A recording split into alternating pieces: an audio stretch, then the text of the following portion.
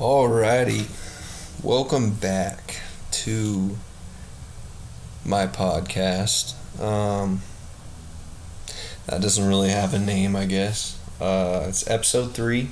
I'm going to be talking about the Yankees and other MLB off-season shenanigans that are going on around the league.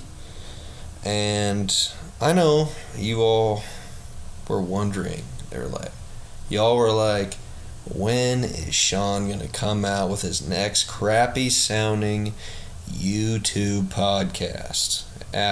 Right after Judge signed, y'all were thinking it. I know. But I've had a few long days, and I got too tired or too lazy. Pick your poison there, and I didn't get around to recording one, but I'm going to try to tonight and see if I can make it through. It's pretty late. It's Friday night at 10:50. Oh my. Been a long day, but I've had some beers, feeling pretty frosty, so I'm going to talk some Yanks, talk some MLB moves.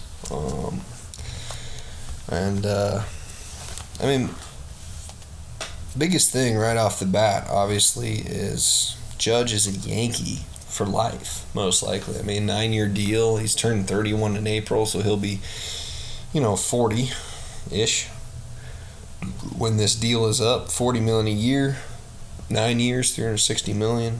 Awesome. I don't care. Just give him the money. Look, money is such a... It's especially in the MLB right now, and the NBA, I would say. And if you're a quarterback in the NFL, money is just thrown around. There's so much of it, which is wild because, if we're getting a little political here, there's so many people that need money. Some of them don't want to work, so that's on them. But it's so crazy. It's like $40 million a year. Yeah, that's insane for a 31, soon to be 31-year-old outfielder. But man, that dude earned it. I don't care. And he made the Yankees. I don't know if this is like an official number or anything, but he made the Yankees $100 million. As far as jersey sales, merchandise, all that good stuff. I don't know if that's like a real number or not. I just saw that number floating around, and obviously, if you're gonna make however many million, if you're gonna make more than $40 million a year off of him, your franchise, well, yeah, then he's well worth $40 million, because that dude is gonna produce when he's healthy. Man, he's crazy good, and he's been healthy the last 2 seasons, and he's produced, right off the top of my head, I don't know the exact numbers over the last 2 years, but has an OPS probably, I would assume, hovering around 960, 970 maybe, who knows. But I didn't look this up, just off the top of my head. You can look me up, fact check me if you want, and he's got the last 2 years, I think he hit 37 in 2021, and obviously hit 62. So I think he's at 99 home runs over the last 2 years, and over 200 RBI. The dude is such a disciplined, good hitter. And now, obviously, the only complaint I have, because I'm a picky guy, even though I went and tried to play baseball at the NAI level and I couldn't even cut it there. But, the only complaint would be he doesn't hit very well in the playoffs. He does hit big game home runs, like elimination game home runs. He has 4 or 5 of those. But once again, you can fact check me on that. That's not but I think it's 4 or 5. Anyways, I'm so glad the Yankees brought him back, but they can't be done. They cannot be done, because that just puts us kind of in the same boat we were last year, and we're not even close to the Astros. You can make an argument that if we had DJ LeMahieu, if we had Andrew Benintendi, one or the other, or both, it would have been a closer series, but we're talking probably a 6 or 7 game series, but the Yankees still don't win that series because they're not in the same realm as the Astros. And I'm going to get to this later, but the Astros did sign Jose Abreu. Whew. Good signing for them, man. All right, so let's dive in a little bit. Aaron Judge is back. He is back with the Yankees. I don't think he ever really wanted to leave. He just wanted the Yankees to value him the same way he feels he is valued and the way he should be valued. And he took a major bet on himself, turning down a $230 million extension. He took a major bet on himself, and he said, no. Then Brian Cashman went and pissed him off and made those negotiations public. Cashman said they talked about it, and he knew it was going public, but obviously Aaron Judge felt differently about that. Didn't matter for Judge because he's just like, all right, let me just go break the single season AL home run record and just have a phenomenal year with a OPS over 1100, which for the most part is just absolutely unheard of. And when offense is like historically low like it was this past season in the MLB because pitching is just continuing to improve year in and year out, that is so impressive, man. It might be the most impressive single season, I don't want to say ever because there's obviously been some really impressive single seasons, but one of the top 5 at least most impressive seasons ever because like when offense as a whole in the league is down, like the average OPS was like 700, which is pretty far down on average year to year because pitching is just continuing to get better and better, and you got starters throwing 95 plus with 88 plus mile an hour sliders and just nasty stuff, and then you got a stable of guys in almost every single bullpen. Like even the bad bullpens have guys who are throwing upper 9s, they just don't have it all put together yet, right? So that's the crazy thing. And in a year where offense was so far down, Aaron Judge went so far up, and he elevated his game even more. And he is just such a complete baseball player. He brings you every single facet of the game. He brings you elite hitting, elite plate discipline, elite power, elite arm in the outfield, elite arm accuracy, elite defense at right field, really good defense in center field, and good base running. And all of this in the package of a guy who's 6'7", 280 pounds, and that is unheard of. That is unheard of, ladies and gentlemen. Ladies and gentlemen, that is unheard of. A dude is 6'7", 280 pounds, which makes it a little wary that they gave him a 9-year, $360 million deal. But man, that dude is something else, and I'm so glad we brought him back. Especially if he went to the Giants, because the Yankees play the Giants in Yankee Stadium on opening day for 3 games on opening day next year. That would sting so bad to see him taking his at-bats next year in Yankee Stadium on opening day, but in a different uniform. And it would be awful. But they brought him back, and the Yanks aren't done yet, man. They're out there to make moves, and they did make a move. Probably bigger than the Judge move. Tommy Kahnle is coming back to the Yanks to help out that bullpen. It's a 2-year, $11-something million deal, so it's about $5.5, $6 million a year. Tommy Kahnle has one of the most aesthetically pleasing changeups in the game. A lot of movement, a lot of velocity. He throws it like 90, 92. And it's a very good changeup. The problem is he's been hurt for about most of the last 2 seasons. He did come back and pitch, I think like 20 or so innings for the, 20 or 30 innings for the Dodgers this year. Did pretty well. And he's back in the Yankees uniform after spending 2017 to 2020 with the Yanks, man. I am pumped about that. Obviously, I was kidding when I said it was bigger than the Judge signing. It's not, but that dude's calves and energy are electric. I tell you what, And his stuff is electric. Coming off a long injury, I think it was Tommy John, and then maybe shoulder stuff, but he was out for a long time. It's about a year and a half out of gameplay, and I'm happy we brought him back. We needed more help in the bullpen. We need to reinforce the bullpen. I hope that's not the last move we make in the bullpen. I know we claimed Junior Fernandez off of waivers earlier this offseason, which is good. I mean, he hasn't really proven himself at the big league level, but he's got really good stuff, and something Matt Blake can really work with, I think. But hopefully we add maybe one more bullpen move just for depth, man. And that's the biggest thing, because I don't want to go into the postseason next year like we did this past season with like 3 or 4 reliable guys in the bullpen. 3.5, I should say, because Lou Trevino was very shaky. We thought of him as a real reliable arm, but clearly the coaching staff didn't trust him. So that's awesome. We got Aaron Judge, we got Tommy Kahnle, and I'll talk later about some of the other moves that the Yankees can make, and then I will go into projected lineups for the Yankees today just yet. I want to just wait just a little bit in case we sign somebody else in the next few days, but I will talk about other potential free agents / trade targets they can get.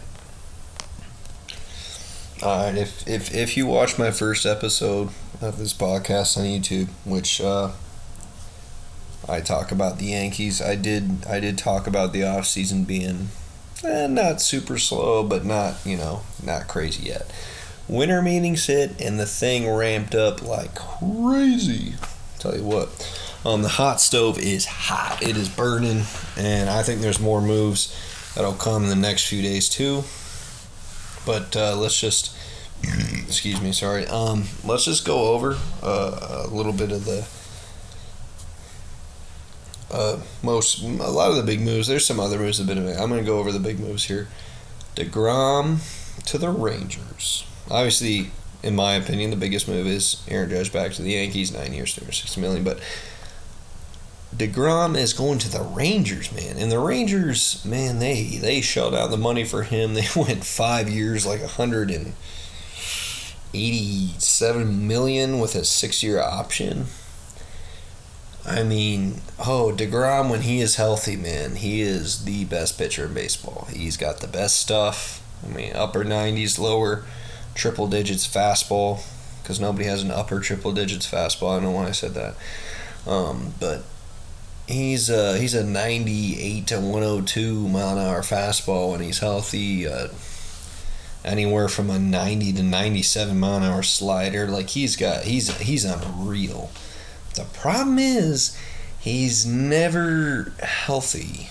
He made 21 starts this year, 22, something like that, which is solid. But the Rangers forked out big money for him, and I get it. I get the move for the Rangers. That is a great move for the Rangers to get him in general. The fact that they're paying him for 5, maybe 6 years is maybe a little too much for my liking.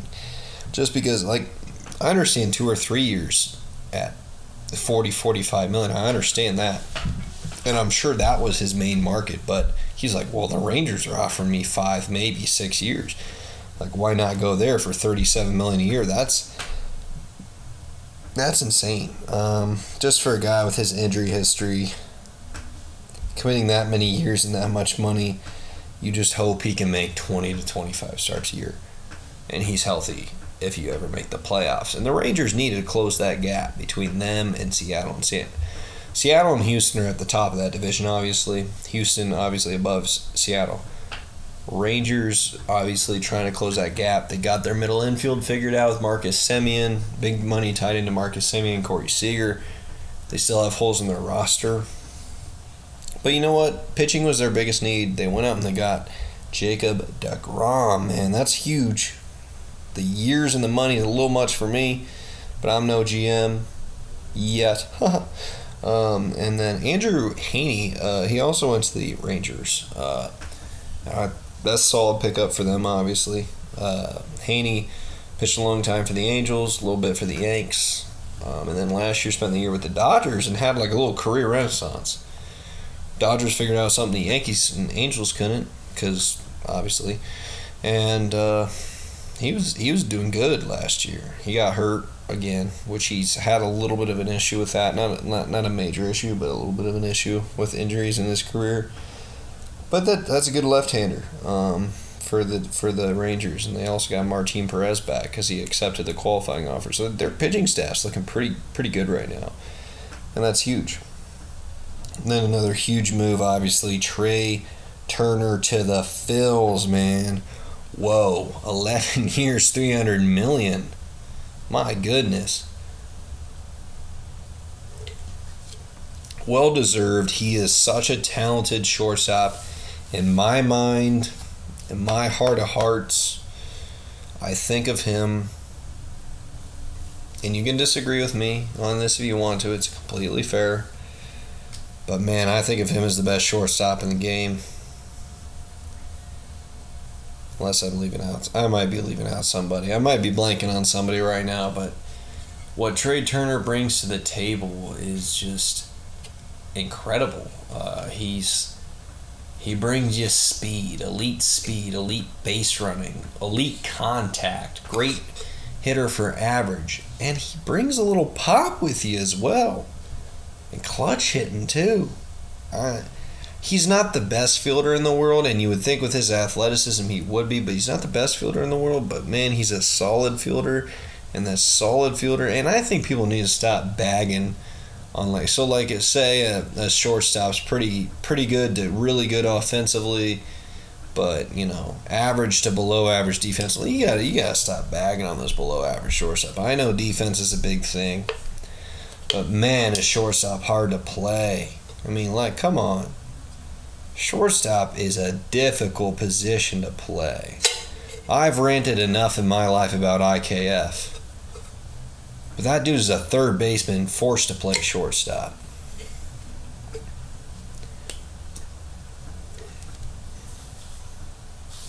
There's other cases too.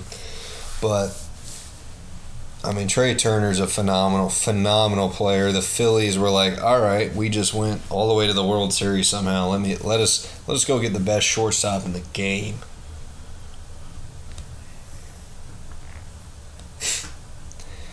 Good for them. 11 years, $300 million.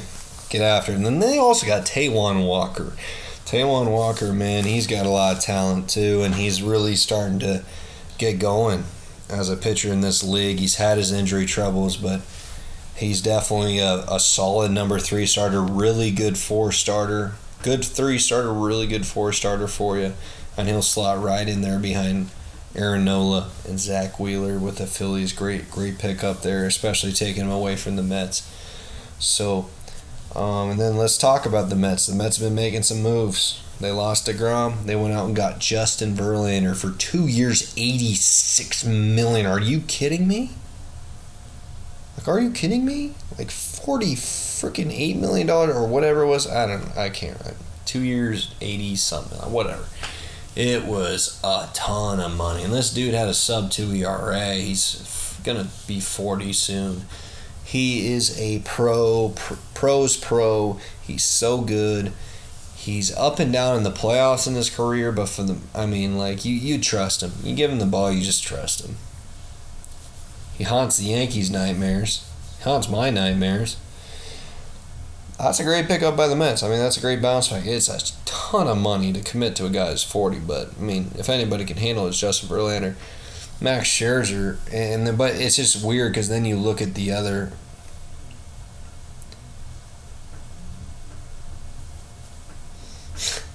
You look at the other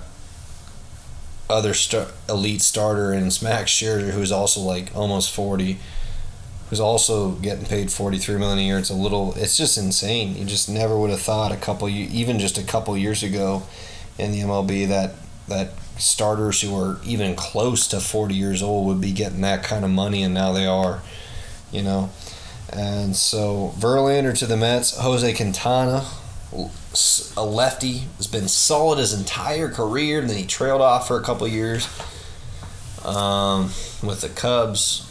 Went to the Angels, was not good. Signed a cheap deal with the Pirates this year. And he bounced back, man. He had a terrific season. Got traded to the Cardinals at the deadline. And the Mets went and signed him. That's a good signing for the Mets. Give yourself a nice lefty in the rotation. He pounds the zone, but also doesn't give up a ton of hard contact. Really solid lefty, really good pickup by the Mets. And they weren't done yesterday. They went out and they re-signed Brandon Nimmo to a big deal. So $26 million a year for 8 years. Obviously a good signing. I mean, they needed him back big time. He's a great bat at the top of the lineup, gets on base a ton, has a little pop, good contact, really good center fielder. He's a hot commodity. I don't think you look at him signing that contract, I don't think you really want to leave New York, or Queens, I should say. And he's back there on a very good deal. 8 years, man. Whew. It's a long time, but hell, the Yankees signed Judge to 9, so why not? And then they also signed David Robertson. Good old David Robertson, man. I would not have been mad if the Yankees signed him. Re-signed him. But David Robertson, 1 year, $10 million to the Mets. Good deal for the Mets. I mean, he's a great reliever, really, really solid. A lot of postseason experience. A lot of experience in general. Good cutter, good breaking ball. Good signing. Mike Clevenger went to the White Sox about a little over a week ago now. 1 year, like $12 million, something like that. Good pickup for the White Sox. Clevenger, they're hoping for that bounce back ability. The White Sox need to make a splash, man. Clevenger's not that splash for sure, but maybe he bounces back to his Cleveland Guardians form. Cleveland Indians, or is it? Oh, it's the Guardians now. Cleveland Indians, Cleveland Guardians, whatever you want to call them.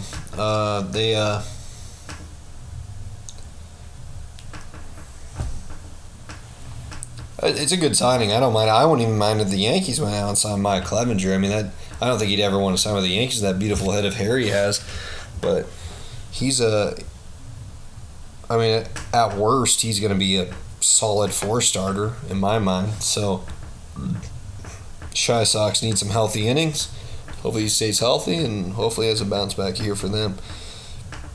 Jose Abreu to Houston, man, that's a huge pickup for the Astros. He's a better hitter than Yuli Gurriel, even though Yuli Gurriel in his own right is a good hitter. He's not as good of a defender as Yuli Gurriel. I'll be interested to see where Gurriel goes.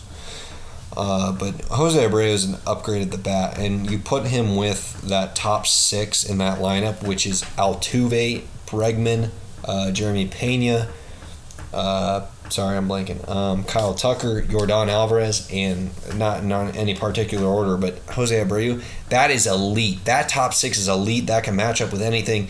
This is a team that went to won the World Series last year, and they just keep doing good things even after firing their World Series winning GM and assistant GM after they win the World Series, which makes no sense to me.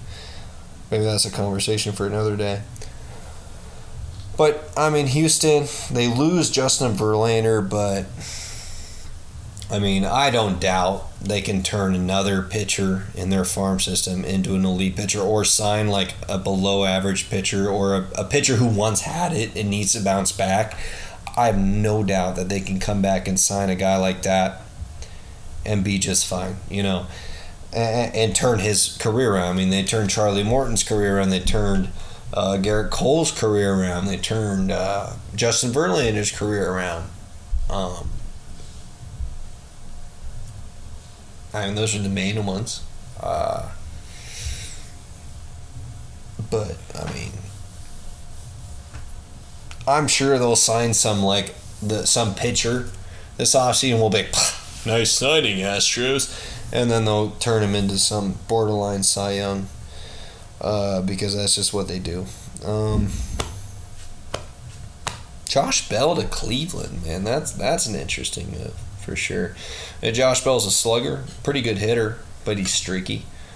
He played first base DH for the Guardians. Guardians need some pop. Josh Bell's a switch hitter. He's Play some okay first base. Probably going to be mainly a DH for him. But that's a good pickup for Cleveland. They spent a little bit. It's like 33 million, and it's like the fourth or fifth highest contract they've signed in the last 20 or so years, which is crazy because they really don't spend money. And Josh Bell, that's what they need. They need a middle of the order bat. They got one for a decent price tag in Bell, and good pickup. And a very young team, talented young team for the Guardians. A good pickup. Good pickup. The Cubs have been doing things this winter. I don't know if they're great things. They're okay things. But they've been doing things.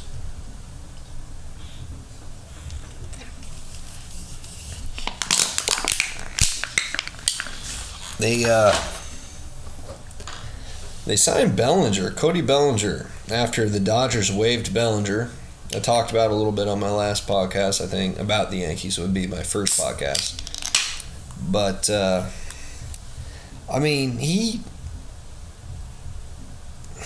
don't know. That's not a terrible deal. He's a great defender. Bottom line, for 1 year, $17 million for the Cubs for Bellinger. He's a great defender. He's got a lot of pop. He's a lefty. It would have made more sense for him to go in a more hitter-friendly park. Wrigley's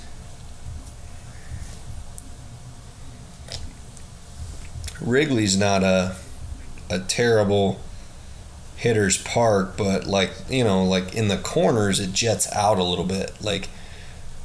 If you look at a diagram of Wrigley Field, you'd understand what I mean if you don't already know. If anybody listens to this, they probably already know, but in the corners and right and left field corners, it jets out a little bit. Not that that's going to hold a hard hit ball from Bellinger, but he's it's kind of a upside play. Obviously, he's got terrific upside. He's only 27. He won an MVP in 2019, Rookie of the Year in 2017. He was a terrific hitter from 2017 to 2019, but for whatever reason, he shit the bed and turned into not a good hitter. Do I have any,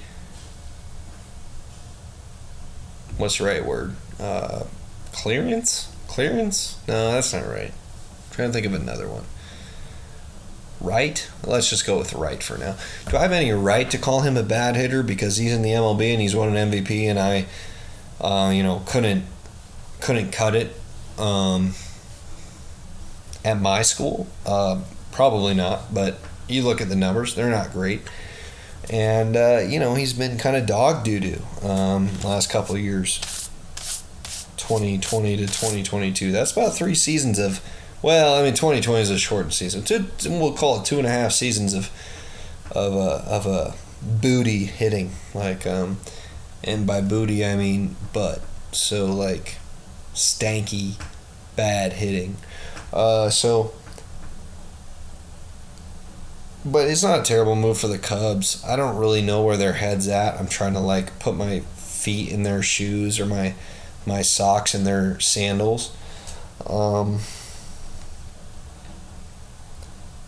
Where they're at, because then their other move was interesting too. They spent $68 million on Jameson Taillon. I love JMO. I love JMO Taillon, man. He's a dude, man. He Yankees traded for him, and he, was kind of rough for his first 5, I'd say probably 3 months with the Yankees, and then he went on a tear. It was in 2021 for a month and a half was the best pitcher in the AL statistically, and then he was pretty much, and then he was really good. He's probably a top 15 pitcher in the AL for the first half of 2022. So from July 2021 to July 2022, he was well, this guy, probably a top 15, top 10 pitcher in the AL. And, then he just started to shit the bed a bit. Not badly, just a little kind of leak, I guess. I don't know. He wasn't bad. by any means. He had some good starts. One thing you can count on J-Mo for, you can count on 6 innings, 3 earned runs. Like that, he'll give you that day in and day out, or better. Or 7 innings, 3 runs. Like, he'll go deep into a game. He'll compete. He's a guy who is not very good at the start of the game, but can save himself throughout the course of it.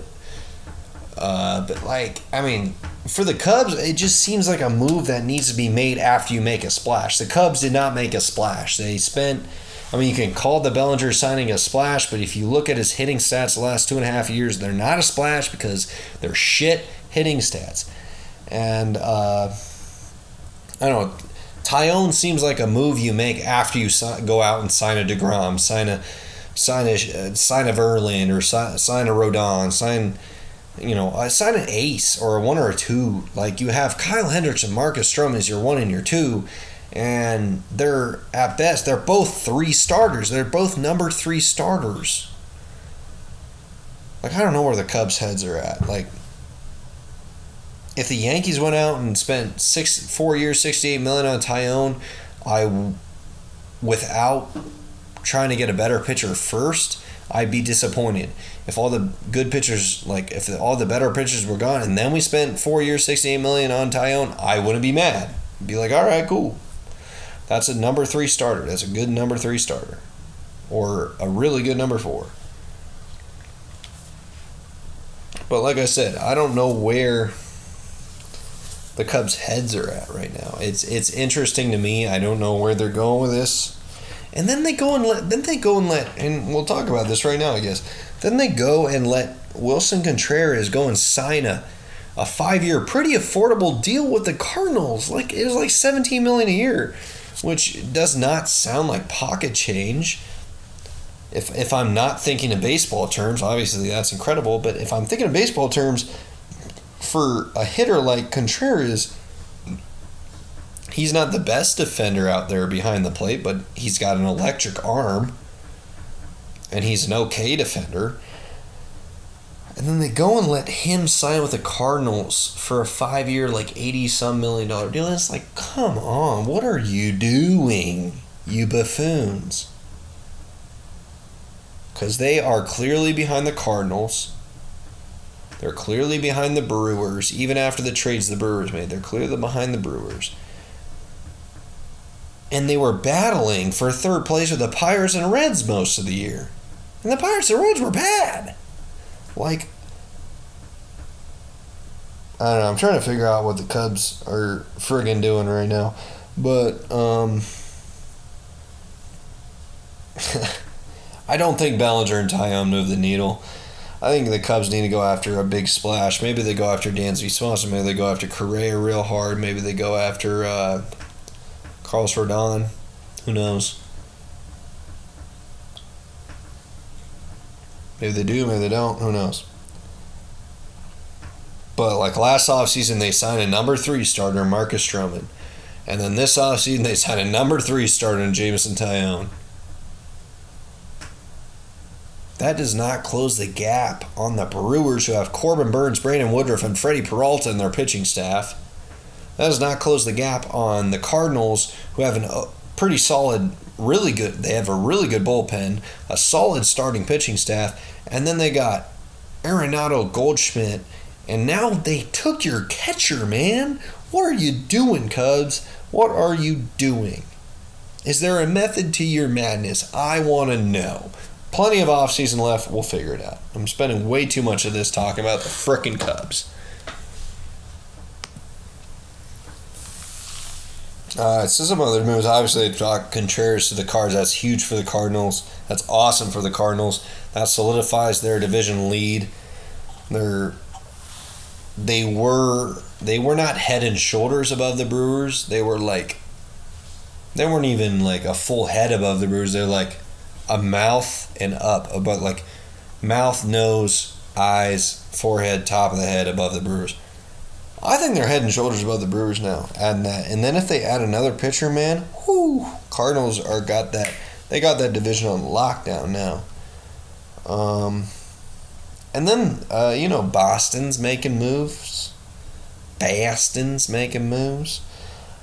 That was not a good boss. I apologize for that. That was terrible. But they they went out and looked to improve their bullpen. It was one of the worst bullpens in the majors, so that's fair.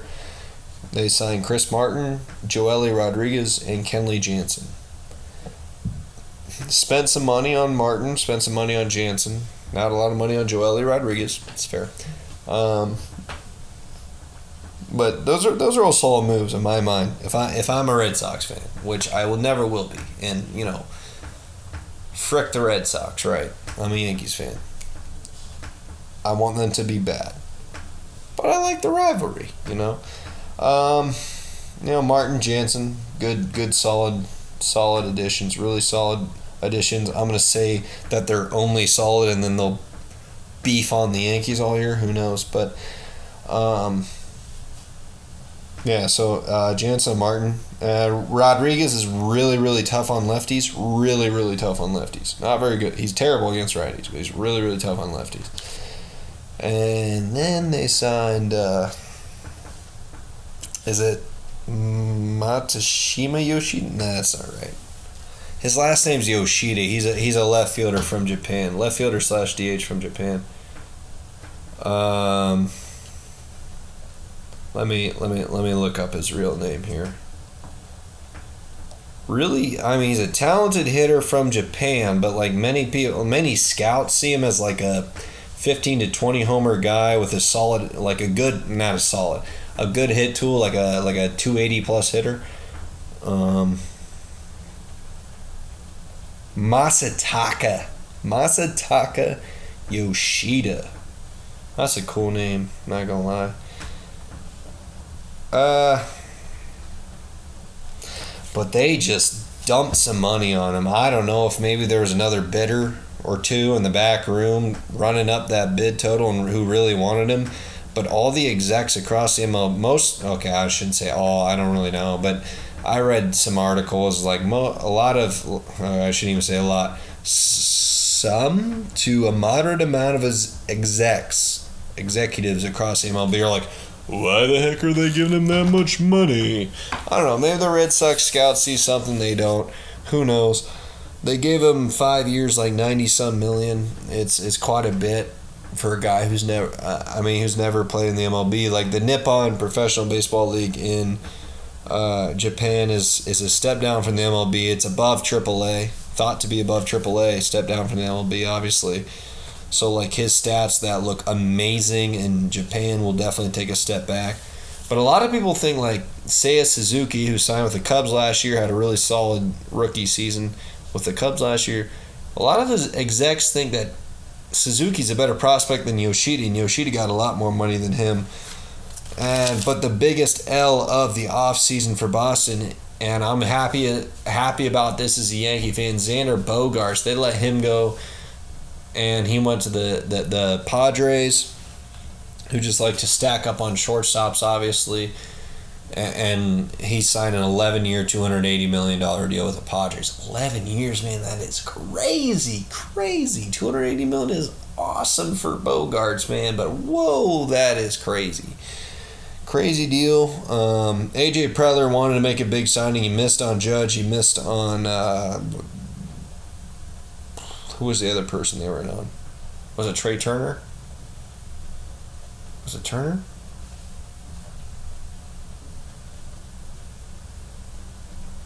I think it was Trey Turner. Missed on Turner, missed on Judge. And they're like, oh, well, Bogaerts, here is the paycheck, my man. So this is a 30-year-old. He got an 11-year deal, so he'll be 41 when the deal expires. It's freaking crazy. The market that MLB has grown to is just crazy, obviously. But, the Red Sox let him go, so Boston, good job by you. I don't want to see him playing us 16 times a year anymore. That's great. Us meaning the Yankees. I know I'm not a part of the team. I'm just a fan. And then the other signing I want to just talk about a little bit, Mitch Haniger to the Giants. They signed this before Aaron Judge signed, so it was kind of a could be a really nice addition if they also sign Aaron Judge, but also, kind of a somewhat solid backup plan if they didn't sign Aaron Judge. The biggest thing about Mitch Haniger, can he stay healthy? When he's healthy, he rakes. He's not so much of an average hitter, especially anymore. He's, more of a I guess his approach has gone, well, I wouldn't say all or nothing because he still has a solid on-base percentage. But he's got some pop. And the biggest need for the Giants, they need some pop. They need some pop in their lineup.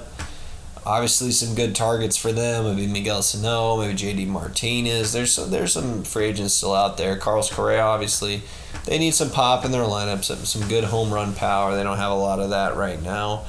And they added Mitch Haniger, and if he stays healthy, he'll give them 30-plus home runs. So, good signing for them. I know they didn't get Aaron Judge. I know for a second they thought they did. I thought they did. John Heyman was just like, hey, let me do this. It's not John Heyman's fault.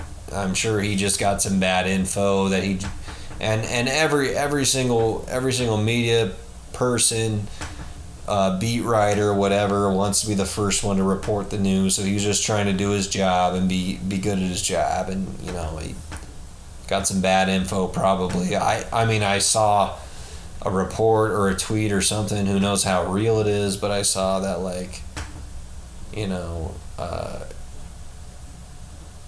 oh, no. Okay, that's not as creepy as... I just saw a commercial. Anyway, yeah.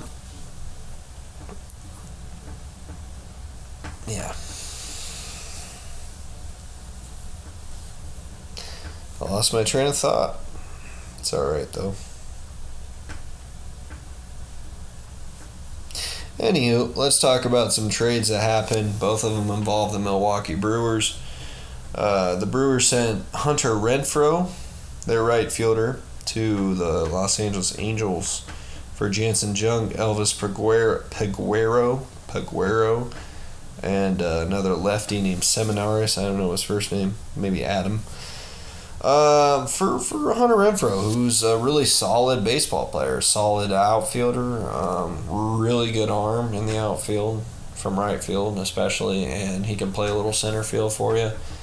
And he's got a lot of pop in his bat, and a little bit of swing and miss to his game, but overall he's a really solid baseball player, and now is about to be on his 5th team in 5 years. It's just he's good enough to make, he's good enough. He's not good enough to be out of reach of some of the cheaper teams in the league, so they get him. But then in arbitration, he's going to make more than they want to pay a player like him, so they trade him. But then they'll trade him to a team who can afford his arbitration more. So, he's just stuck in this weird area where he's, in the middle ground.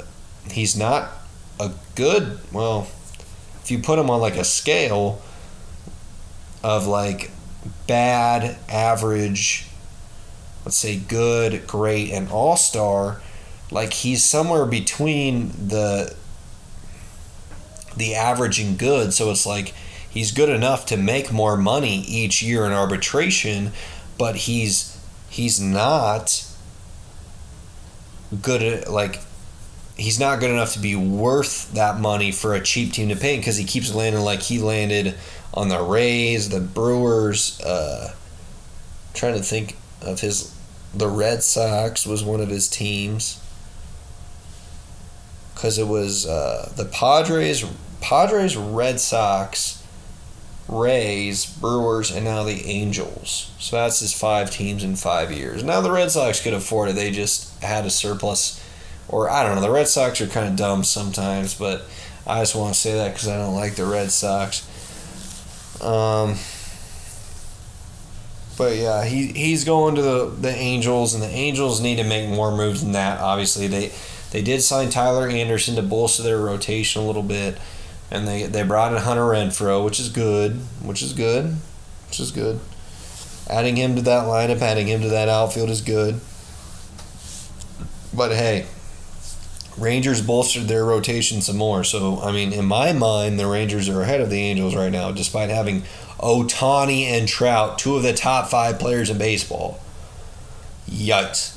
Anyway, and then the other trade also involved the Brewers as they continue to try and shed some payroll to get below where they want to be. They sent Colton Wong to Seattle, who needed a second baseman, for Jesse Winker and Abraham Toro. So Jesse Winker was a kind of a disappointment for the Mariners, other than the moment where he got into a fight with the Angels. He was part of that huge freaking brawl between the Angels and Mariners. It was awesome to watch. If you want some entertainment, look up John Boy on Twitter and try to find his video of him breaking down the brawl between the Mariners and the Angels this year, because it's just awesome. It's hilarious. It's great.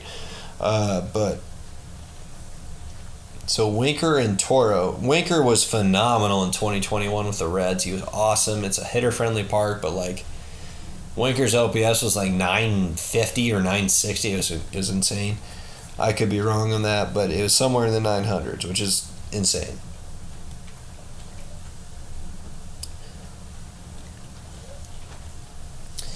And then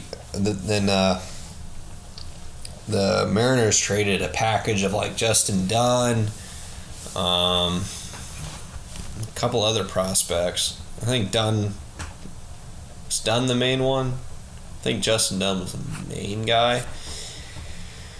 Going to the Reds, and Jake Fraley was also in that trade, and so that's just off the top of my head. I couldn't really think about exactly who was in that trade, but I know Justin Dunn and Jake Fraley were in that trade with, I think, 2 other prospects for the Mariners, for Eugenio Suarez and Jesse Winker. Winker was a disappointment, especially at the plate and in the field. He has a good eye at the plate no matter what. He's going to get on base, but like, you want to see that power, you want to see that hit tool play up like it did in Cincinnati. He's with Milwaukee now. Obviously, like he said, he's like, well, I played in Milwaukee a lot. I love playing Milwaukee. Hopefully for him, hopefully for Winker, he can bounce back, have a really nice year. Abraham Toro started his career with the Astros. The highlight was him like hitting a game-winning home run in Justin Verlander's no-hitter in 2021. It's probably his biggest highlight of his career. He's a utility guy. Can play second and third. Even like first, shortstop, maybe the outfield. I don't know for sure, but he's kind of a utility guy. A decent bat. He had a really tough year last year, so it's like basically the Mariners were like, well, these guys, we got them. They didn't have very good years, but in the past they've had some solid seasons. Here they are for Colton Wong. We'll take his contract. I mean, Colton Wong's a good pickup for Seattle. It does probably count out the Gleyber Torres trade to Seattle that maybe some Yankees fans were hoping for, but I'm fine with that because I don't want to see Gleyber Torres on the Mariners in the playoffs just raking off of us. I just, for some reason, see that in my head. So I'd rather if the Yankees, I say we again, if the Yankees do trade Torres, hopefully it's to the National League and we don't have to see him to the World Series, That's kind of my hope for that whole scenario. But, yeah, I mean, so the Seattle gets Colton Wong. He's a decent contact, really good defensive second baseman. The metrics did not support that he was a good defensive second baseman last year, but, I mean, in the past, I think he's fine. His defensive metrics are so weird. Each different defensive metric says something else about a defender. I don't know which one to trust. I just go off the eye test, I guess, for me personally, and I don't watch every single game in Major League. Maybe I should try, since I'm starting this massive podcast. But, I don't know. And then I think our last little segment here will be about maybe some top trade and free agent targets that the Yankees have left. So some top targets for pitching. My bad. Just some top targets in general for free agency. left for the Yankees. I'm thinking Carlos Rodon is a big one. I think and what I've seen on Twitter and such, the Yankees are in on Rodon. They're going after him. And that'd be awesome. That'd be awesome. He's a power lefty pitcher. I think he's got. Nobody can really know this till they see him in pinstripes and see him perform in pinstripes.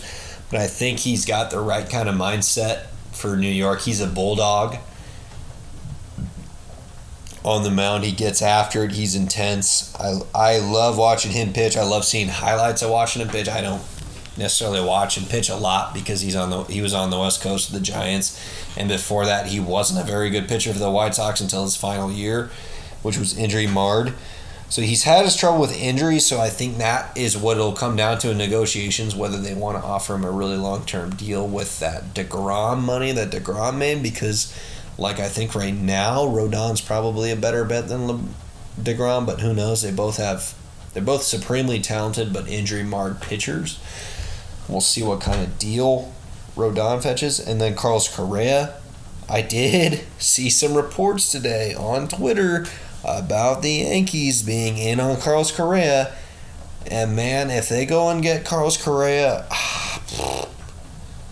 I will have mixed feelings about it, of course. I don't like Carlos Correa, obviously, because he's hurt the Yankees in the postseason, because he's a great player. He's beaten the Yankees in the postseason with the Astros, and he cheated in the postseason with the Astros. And I just have trouble accepting any Astros player at this point from that scandalous team. And I mean, I'm a Yankees fan, so I'm butthurt about it, but I believe they cheated in 2019 too. I believe they've been cheating that entire time. Anyway, I won't go on and on about that.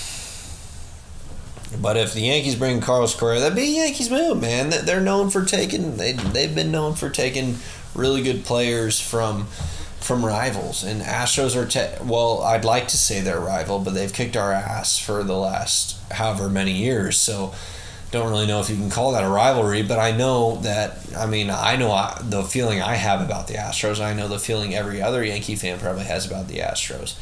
So it's kind of a rivalry. So, if they bring in Correa, I'll have mixed feelings. I won't be mad that they bring in Correa. The dude is an absolute baller. He's a terrific defender, great hitter. He brings everything to the table.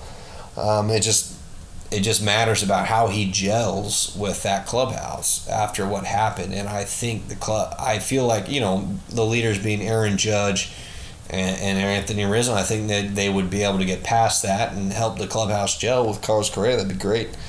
Xander Bogaerts is signed, so spit him away. Not in a mean way, because he's a great player, and I would have loved it. I would have loved to have been the team to take him away from Boston, but Andrew Benintendi, man, I'd love to bring him back. Great left-handed contact bat. Something the Yankees really could use in the playoffs, man. And he's a really, really solid defender in left field. And until the Yankees got him last season, the Yankees' left field was so tumultuous defensively. I don't think I said that word right, but so tumultuous defensively. It's just... and then Jurickson Profar is another guy. Plays a solid left field, kind of a utility guy. He can play multiple positions, but plays a really solid left field. Decent contact hitter, former top prospect in the game. Obviously, he's not he hasn't really lived up to that billing, but he's had a nice career. He's really had a nice career. I'd like to bring him in. He probably wouldn't be terribly expensive. Nimmo's gone, and then via trade. So these are the top targets for the Yankees via trade.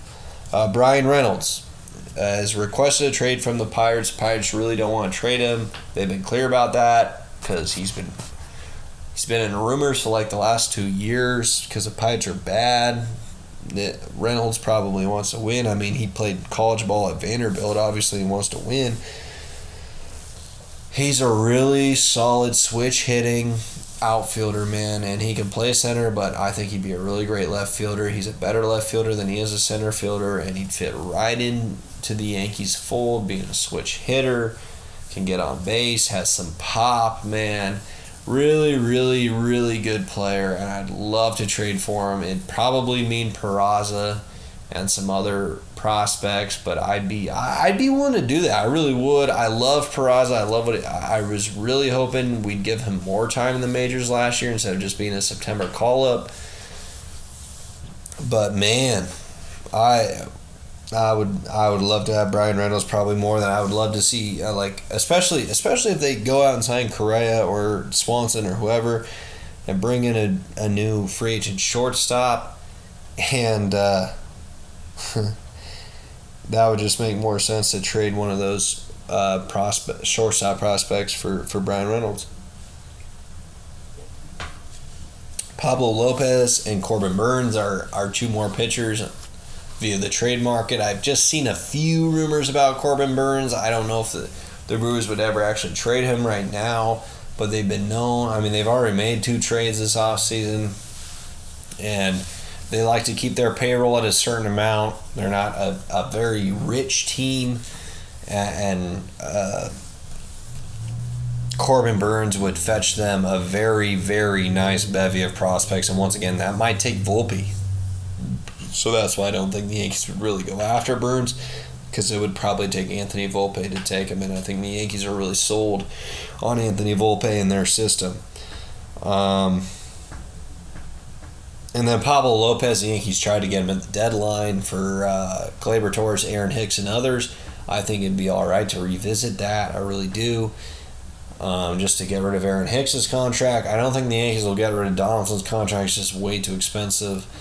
But Aaron Hicks is movable. It's like he doesn't provide no value. He just provides very little value to you. But $10 million a year these days is not that much. It's just the problem is you got to pay $10 million for another 3 years. And that's the trouble with Aaron Hicks. And he's just not hitting well enough to really supplement that income. And then, so Pablo Lopez is another guy I'd like to see the Yankees try to revisit. Great changeup. I mean, we brought in Ty McKinley, one of the best changeups among relievers, man. I mean, Pablo Lopez has one of the best changeups among starters. I love watching pitching ninja changeups, man. Like, the visually appealing and really good changeups are so fun to watch. Highlights, live, whatever. Beautiful. And then 2 other. Sorry for all the ums. I mean, my old business. I don't mean old in age. I just mean in the past. Business professor Mary Zink would not be proud of me for all these and ums I've been saying.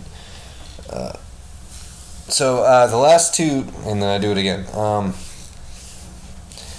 Last 2 trade candidates I have for the Yankees, not that they're really looking into these or I've seen anything about these linked to the Yankees. I'm just saying some viable options maybe they could explore.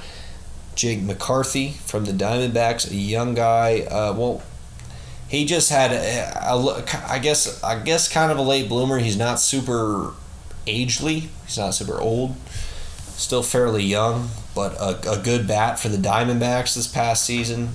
A good contact bat is kind of bat the Yankees still need in their lineup, whether it's Benintendi, him, Reynolds, somebody else. And then Luis Arias is another one. He just fits that bill. Utility guy, can play the outfield, can play first base, second base, third base. Utility guy with a good bat, really good contact bat, won the batting championship in the AL last year. So, but those are kind of my trade candidates still available for the Yankees. I might have missed some free agents. I hope I covered kind of the major. I know I missed some. I just covered kind of the major free agents that have signed. As a Yankee fan, man, I'm so happy Judge is back. If I have time tomorrow morning, which would be Saturday the 10th, I'm going to try to record another one about the Hawkeyes and the Cyclones, kind of recapping that game this week, and maybe I won't really talk much about the women's basketball or the wrestling because I don't know much about it, but maybe I'll talk about that. Maybe some more transfer portal stuff happens for Iowa and Iowa State football. Maybe I record one tomorrow morning, but I doubt it. I just, combination of being busy and being a little lazy and just not really just being a little tired, not having really enough time, have been able to get these out. But I appreciate anybody who listens, takes the time to listen. I'm not very good with technology or anything, so just getting these out and in the open have not been easy for me personally. But because I'm technologically challenged at times, but appreciate anybody who listens. Obviously, that's awesome. Listening to me, blabber on about sports. That's all I do to myself. So to have people actually listen to it, maybe care about it, would be cool. I want to, hopefully in the future I get some guests on here to talk some stuff with me, so you don't only have to hear my boring ass voice. But appreciate anybody who listens. Thank you. This is Sean Cutler's podcast, episode 3 concluding. Appreciate y'all. Thanks.